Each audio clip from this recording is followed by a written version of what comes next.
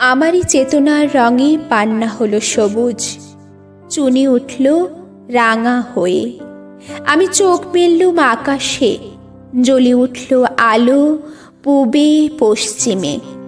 গোলাপের দিকে চেয়ে বললুম, সুন্দর, সুন্দর হলো সে। তুমি বলবে এ তত্ত্ব কথা, এ কবির বাণী নয়। আমি বলবো এ সত্য, তাই এ কাব্য। এ আমার অহংকার, অহংকার সমস্ত মানুষের হয়ে। মানুষের অহংকার পটেই বিশ্বকর্মার বিশ্বশিল্প। তত্ত্বজ্ঞানী জপ করেছেন নিঃশ্বাসে প্রশ্বাসে। না না না, না পান্না, না চুনি, না আলো, না গোলাপ, না আমি, না তুমি। ওদিকে অসীম যিনি, তিনি স্বয়ং করছেন সাধনা মানুষের সীমানায়। তাকেই বলে আমি। সেই আমির গহনে আলো আধারে ঘটল সঙ্গম, দেখা দিল রূপ, জেগে উঠল রস।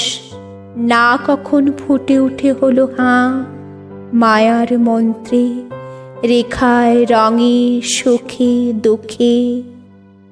একে বলো না তত্ত্ব, আমার মন হয়েছে পুলকিত। বিশ্ব আমির রচনার আসরে, হাতে নিয়ে তুলি, পাত্রে নিয়ে রং।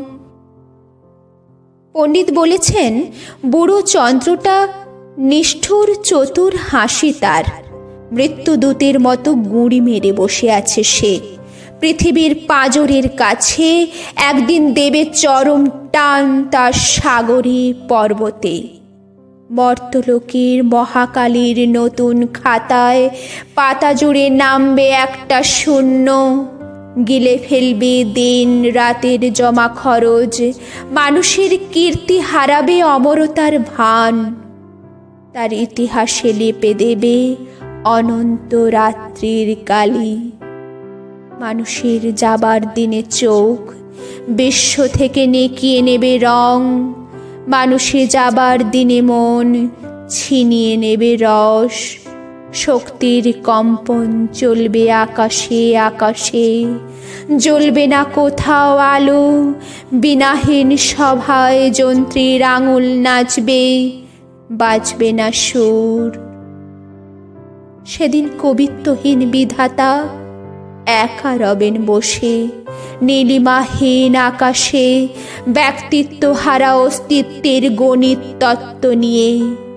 তখন বিরাট বিশ্বভুবনে দূর দূরান্তে অনন্ত অসংখ্য লোকে লোকান্তরে এ বাণী ধ্বনিত হবে না কোনোখানেই, তুমি সুন্দর, আমি ভালোবাসি। বিধাতা কি আবার বসবেন সাধনা করতে? যুগ যুগান্তর ধরে প্রলয় সন্ধ্যায় জপ করবেন, কথা কও, কথা কও। বলবেন বলো তুমি সুন্দর, বলবেন বলো আমি ভালোবাসি।